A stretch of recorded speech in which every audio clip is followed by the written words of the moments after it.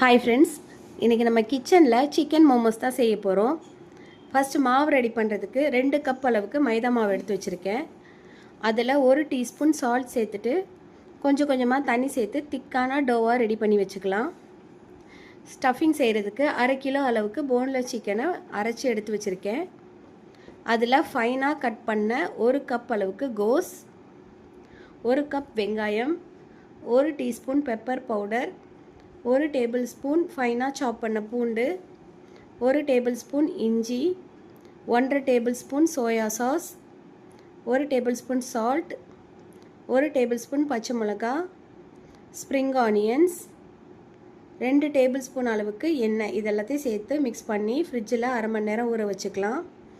Sauce செய்கிறதுக்கு 4 தக்காளி வேக வச்சுருக்கேன். அதில் 10 பல் பூண்டு சேர்த்துட்டு 20 காஞ்ச மிளகாவும் சேர்த்து வேக வச்சுக்கலாம். தக்காளி நல்லா வெந்ததுக்கப்புறம் தோலை எடுத்துட்டு உப்பு சேர்த்து ஃபைனாக அரைச்சி எடுத்துக்கணும்.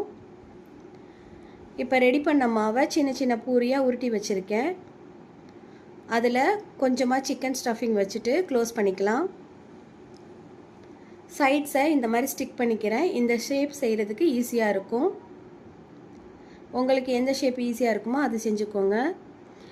ரெடி பண்ண மோமோஸை ஸ்டீமரில் சேர்த்து வேக வச்சுக்கலாம். 15 மினிட்ஸில் மோமோஸ் வெந்து வந்துடும்.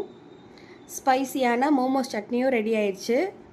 இப்போ டேஸ்டியான சிக்கன் மோமோஸை சாப்பிட்டு என்ஜாய் பண்ணலாம்.